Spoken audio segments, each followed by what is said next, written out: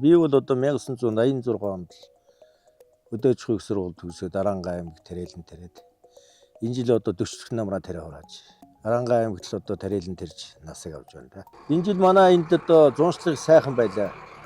Удааны чанар их сайн байна энэ жил. Цавуулаг өндөр байна. Тэгээд натуржин их өндөр байна. Ерөнхийдөө энэ жил Тэрэлэнгийн Аранга хувьд бүс нутгийн хувьд их сайхан тааламжтай жил байл. Аранга аймаг ч юм бол одоо жоохон өндөр уулын бүс.